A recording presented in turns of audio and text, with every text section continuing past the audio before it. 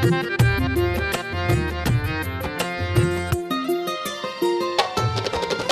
तत्वों से भी पार घर है तेरा, पांच तत्वों से भी पार घर है तेरा। ब्रह्म से जो बना वो नगर है तेरा, ब्रह्म से जो बना वो नगर है तेरा। शांति आनंद मुक्ति का वो लोक है, वाणी से भी रहित दिव्य परलोक है। आत्माएं वहाँ की हम निराकार है, घर है जाना प्रभु संग इंतजार है। तू परमात्मा जग का आधार है, शिव ज्योति अलौकिक निराकार है।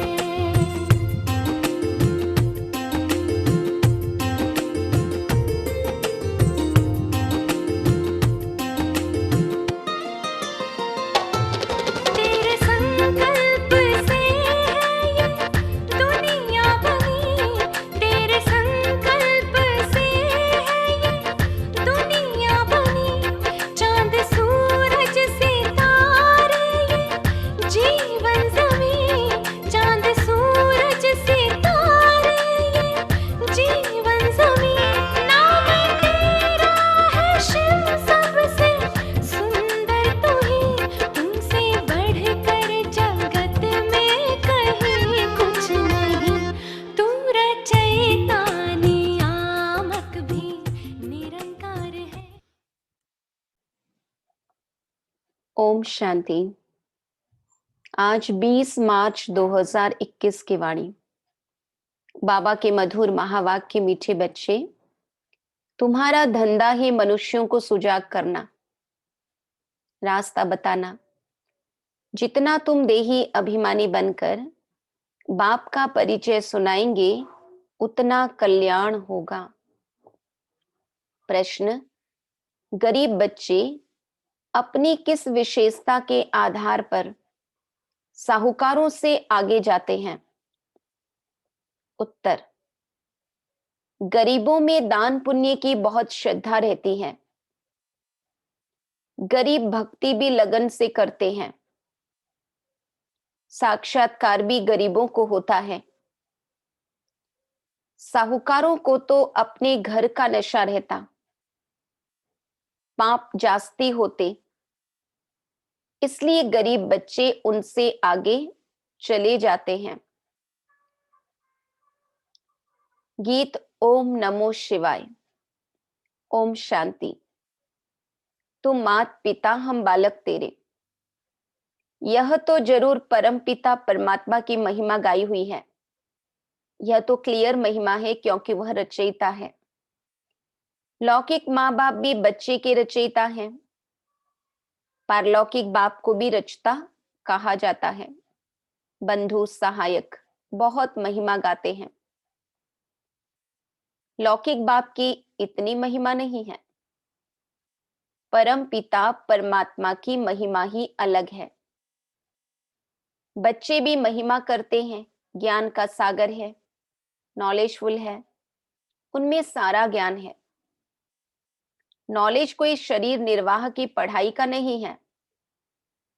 उनको ज्ञान का सागर, नॉलेजफुल कहा जाता है। तो जरूर उनके पास ज्ञान है, परंतु कौन सा ज्ञान? यह सृष्टि चक्र कैसे फिरता है, उसका ज्ञान है। तो वही ज्ञान सागर पतित पावन है। कृष्ण को कभी पतित पावन व ज्ञान का सागर नहीं कहते। उनकी महिमा बिल्कुल न्यारी है। दोनों हैं भारत के निवासी। शिव बाबा की भी भारत में महिमा है। शिव जयंती भी यहां मनाते हैं। कृष्ण की जयंती भी मनाते हैं। गीता की भी जयंती मनाते हैं। 3 जयंती मुख्य है। अब प्रश्न उठता है कि पहले जयंती किसकी हुई होगी? शिव की या कृष्ण की? मनुष्य तो बिल्कुल ही बाप को भूले हुए हैं। कृष्ण की जयंती बड़ी धूमधाम से, प्यार से मनाते हैं। शिव जयंती का इतना किसको पता नहीं है, न गायन है। शिव ने क्या आकर किया, उनकी बायोग्राफी का किसको पता नहीं है। कृष्ण की तो बहुत बातें लिख दी हैं। गोपियों को भगाया, यह किया। कृष्ण के चरित्रों की खास एक मैगजीन भी निकलती है। शिव के चरित्र आदि कुछ है नहीं। कृष्ण की जयंती कब हुई, फिर गीता की जयंती कब हुई? कृष्ण जब बड़ा हो तब तो ज्ञान सुनावे। कृष्ण के बचपन को तो दिखाते हैं, टोकरी में डालकर पार ले गए। बड़ेपन का दिखाते हैं, रथ पर खड़ा है, चक्र चलाते हैं, 16-17 वर्ष का होगा। बाकी चित्र छोटेपन के दिखाए हैं। अब गीता कब सुनाई? उसी समय तो नहीं सुनाई होगी। जब लिखते हैं फलानी को भगाया, यह किया, उस समय तो ज्ञान शोभे भी नहीं। ज्ञान तो जब बुजुर्ग हो तब सुनाए। गीता भी कुछ समय बाद सुनाई होगी। अब शिव ने क्या किया, कुछ पता नहीं। अज्ञान नींद में सोए पड़े हैं। बाप कहते हैं मेरी बायोग्राफी का कोई को पता नहीं है, मैंने क्या किया। मुझे ही पतित पावन कहते हैं। मैं आता हूं तो साथ में गीता है। मैं साधारण बूढ़े अनुभवी तन में आता हूं। शिव जयंती तुम भारत में ही मनाते हो। कृष्ण जयंती, गीता जयंती, यह 3 मुख्य हैं। राम की जयंती तो बाद में होती है। इस समय जो कुछ होता है वह बाद में मनाया जाता है। सत्युग त्रेता में जयंती आदि होती नहीं। सूर्यवंशी से चंद्रवंशी वर्षा लेते हैं और किसकी महिमा है नहीं। सिर्फ राजाओं का कैरोनेशन मनाते होंगे, राज्याभिषेक। बर्थडे तो आजकल सब मनाते हैं, वो तो कॉमन बात हुई। कृष्ण ने जन्म लिया, बाबा कहते बड़ा होकर राजधानी चलाई, उसमें महिमा की तो बात ही नहीं। सत्युग त्रेता में सुख का राज्य चला आया है। वह राज्य कब कैसे स्थापन हुआ, यह तुम बच्चों की बुद्धि में है। बाप कहते हैं बच्चों, मैं कल्प कल्प कल्प के संगम युग पर आता हूं। कलयुग का अंत है पतित दुनिया, सतयुग आदि पावन दुनिया। मैं बाप भी हूं, तुम बच्चों को वर्षा भी दूंगा। कल्प पहले भी तुमको वर्षा दिया था, इसलिए तुम मनाते आए हो। परंतु नाम भूल जाने से कृष्ण का नाम डाल दिया है। बड़े ते बड़ा शिव है ना। पहले तो जब उनकी जयंती हो तब फिर साकार मनुष्य की हो। आत्माएं तो सब वास्तव में ऊपर से उतरती हैं। मेरा भी अवतरण है। कृष्ण ने माता के गर्भ से जन्म लिया, पालना ली। सबको पुनर्जन्म में आना ही है। शिव बाबा पुनर्जन्म नहीं लेते हैं, आते तो है ना। तो यह सब बाप बैठ समझाते हैं। ब्रह्मा विष्णु शंकर की त्रिमूर्ति दिखाते हैं ना, ब्रह्मा द्वारा स्थापना। क्योंकि शिव को तो अपना शरीर है नहीं, खुद बैठ बताते हैं मैं इनके बूढ़े तन में आता हूं। यह अपने जन्मों को नहीं जानते हैं। इनके बहुत जन्मों के अंत का वह जन्म है, तो पहले पहले समझाना पड़े शिव जयंती बड़ी या श्री कृष्ण जयंती बड़ी।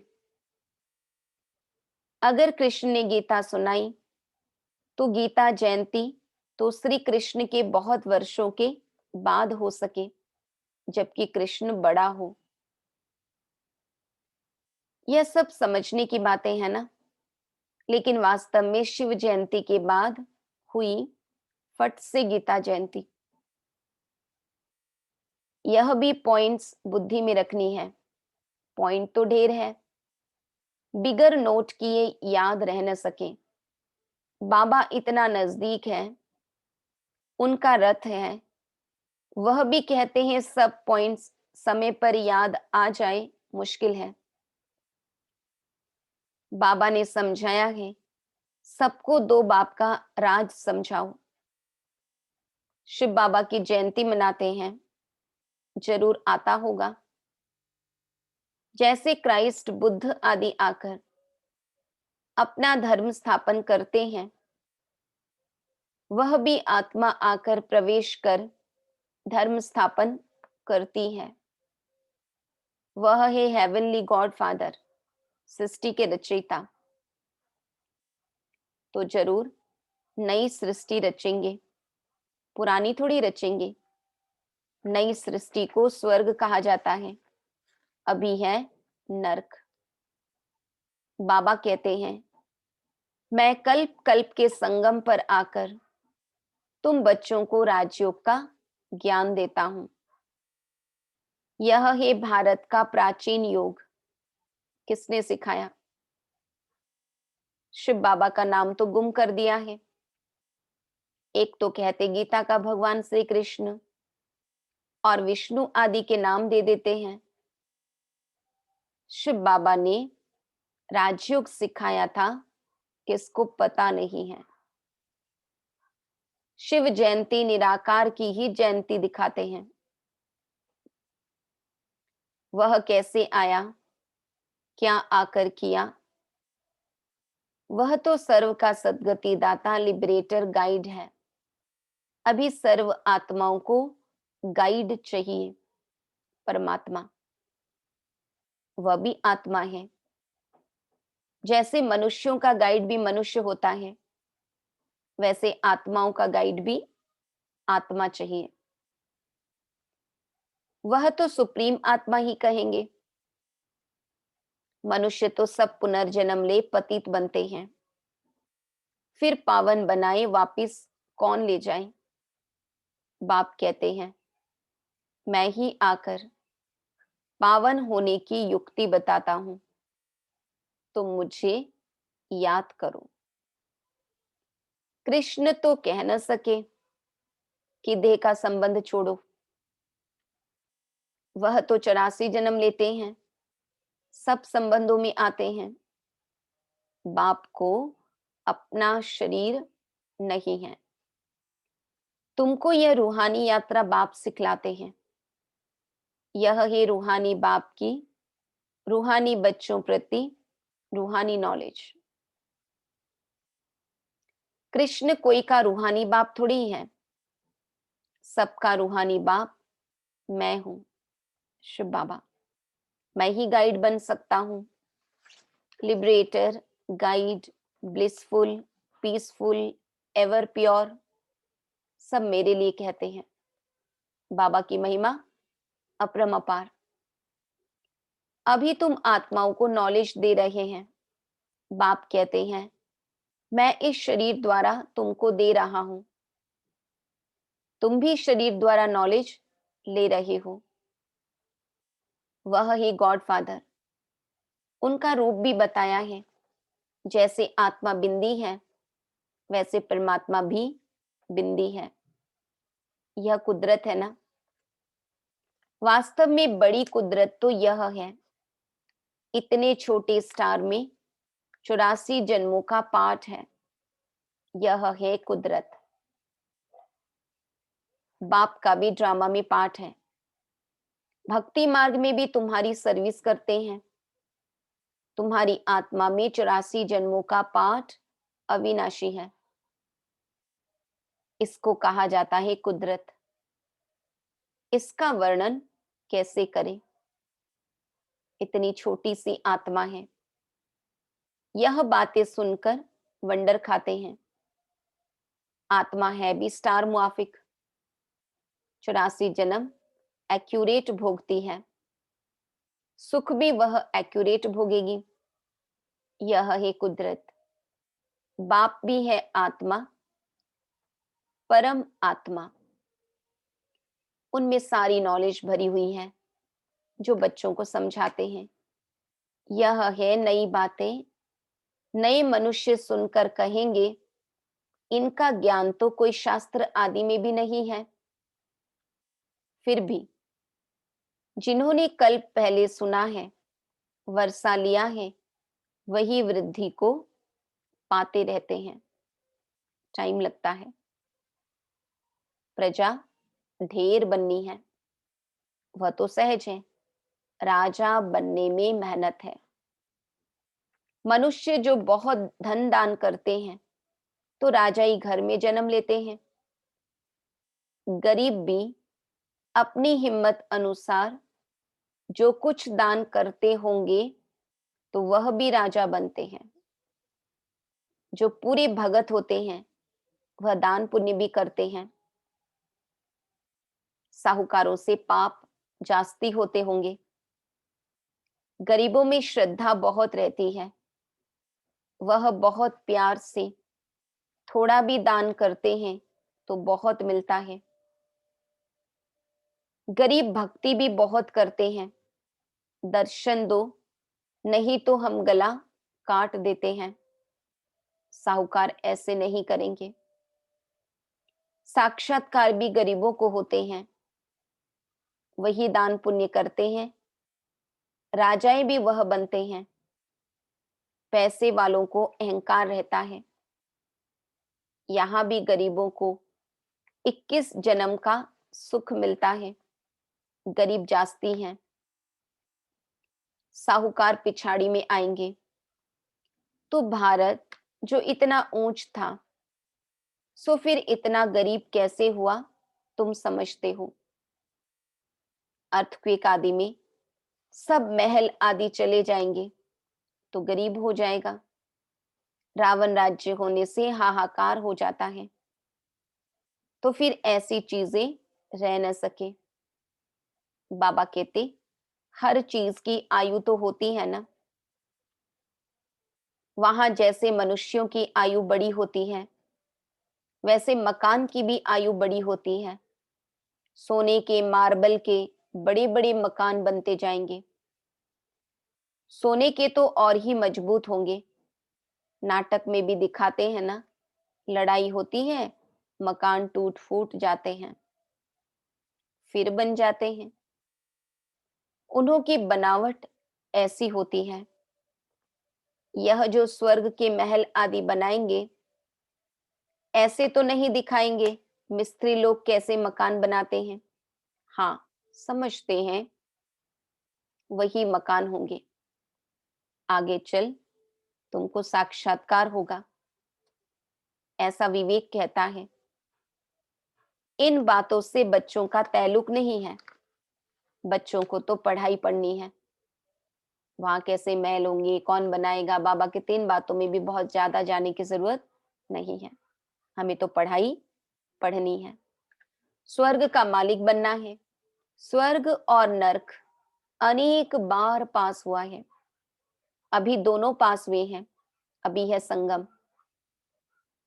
सतयुग में यह नॉलेज नहीं होगी। इस समय तुम बच्चों को पूरी नॉलेज है। लक्ष्मी नारायण को यह राज्य किसने दिया था, अभी तुम बच्चों को मालूम है। इन्होंने यह वर्षा किससे पाया। यहां पढ़ाई पढ़कर स्वर्ग के मालिक बनते हैं, फिर वहां जाकर महल आदि बनाते हैं। सर्जन भी बड़े बड़े हॉस्पिटल बनाते हैं ना। बाप तुम बच्चों को दिन प्रतिदिन अच्छी अच्छी पॉइंट्स सुना रहे हैं। तुम्हारा धंधा ही है मनुष्यों को सुजाग करना, रास्ता बताना। जैसे बाप कितना प्यार से बैठ समझाते हैं। देह अभिमान की दरकार नहीं। बाप को कभी देह अभिमान नहीं हो सकता, क्योंकि शिव बाबा को देह ही नहीं है, तो देह अभिमान कहां से आएगा? तुमको मेहनत सारी देही अभिमानी होने में लगती है। जो देही अभिमानी बन बाप का बैठ परिचय देते हैं, गोया बहुतों का कल्याण करते हैं। पहले देह अभिमान आने से फिर और विकार आते हैं। लड़ना, झगड़ना, नवाबी से चलना देह अभिमान है। भले अपना राजयोग है तो भी बहुत साधारण रहना है। थोड़ी चीज में अहंकार आ जाता है। घड़ी फैशनेबल देखी तो दिल होगी यह पहने, ख्याल चलता रहेगा। इसको भी देह अभिमान कहा जाता है। अच्छी ऊंची चीज होगी तो संभालना पड़ेगा, गुम होगी तो ख्याल होगा। अंत समय कुछ भी याद आया तो पद भ्रष्ट हो जाएगा। यह देह अभिमान की आदतें हैं। फिर सर्विस बदले डिससर्विस भी जरूर करेंगे। इसलिए बाबा कहते हैं हमें बहुत ऊंची महंगी चीजें यूज ही नहीं करना है। रावण ने तुमको देह अभिमानी बनाया है। देखते हो बाबा कितना साधारण चलते हैं। हर एक की सर्विस देखी जाती है। महारथी बच्चों को अपना शो करना है।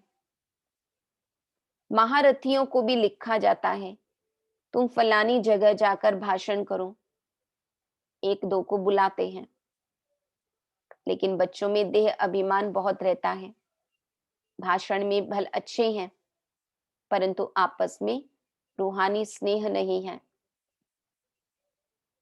देह अभिमान लून पानी बना देता है। कोई बात में झट बिगड़ पड़ना, यह भी नहीं होना चाहिए। इसलिए बाबा कहते हैं कोई को भी पूछना है तो बाबा से आकर पूछें।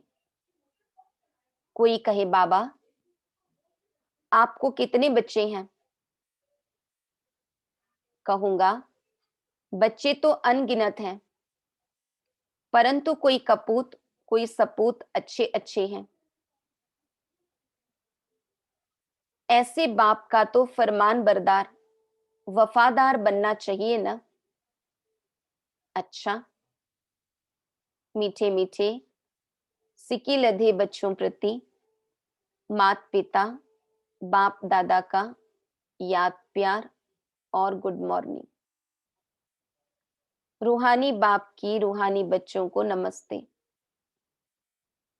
हम रूहानी बच्चों की रूहानी बाप दादा को याद प्यार, गुड मॉर्निंग, नमस्ते नमस्ते नमस्ते।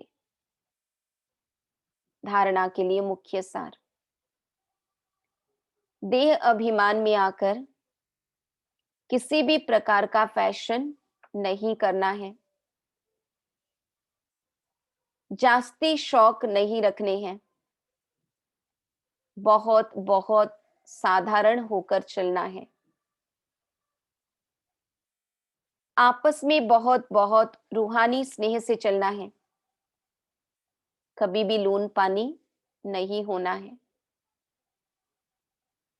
बाबा का सपूत बच्चा बनना है। अहंकार में कभी नहीं आना है। वरदान। समर्पणता द्वारा बुद्धि को स्वच्छ बनाने वाले सर्व खजानों से संपन्न भव। समर्पणता द्वारा बुद्धि को स्वच्छ बनाने वाले सर्व खजानों से संपन्न भव। ज्ञान का श्रेष्ठ समय का खजाना जमा करना, व स्थूल खजाने को 1 से लाख गुना बनाना, अर्थात जमा करना।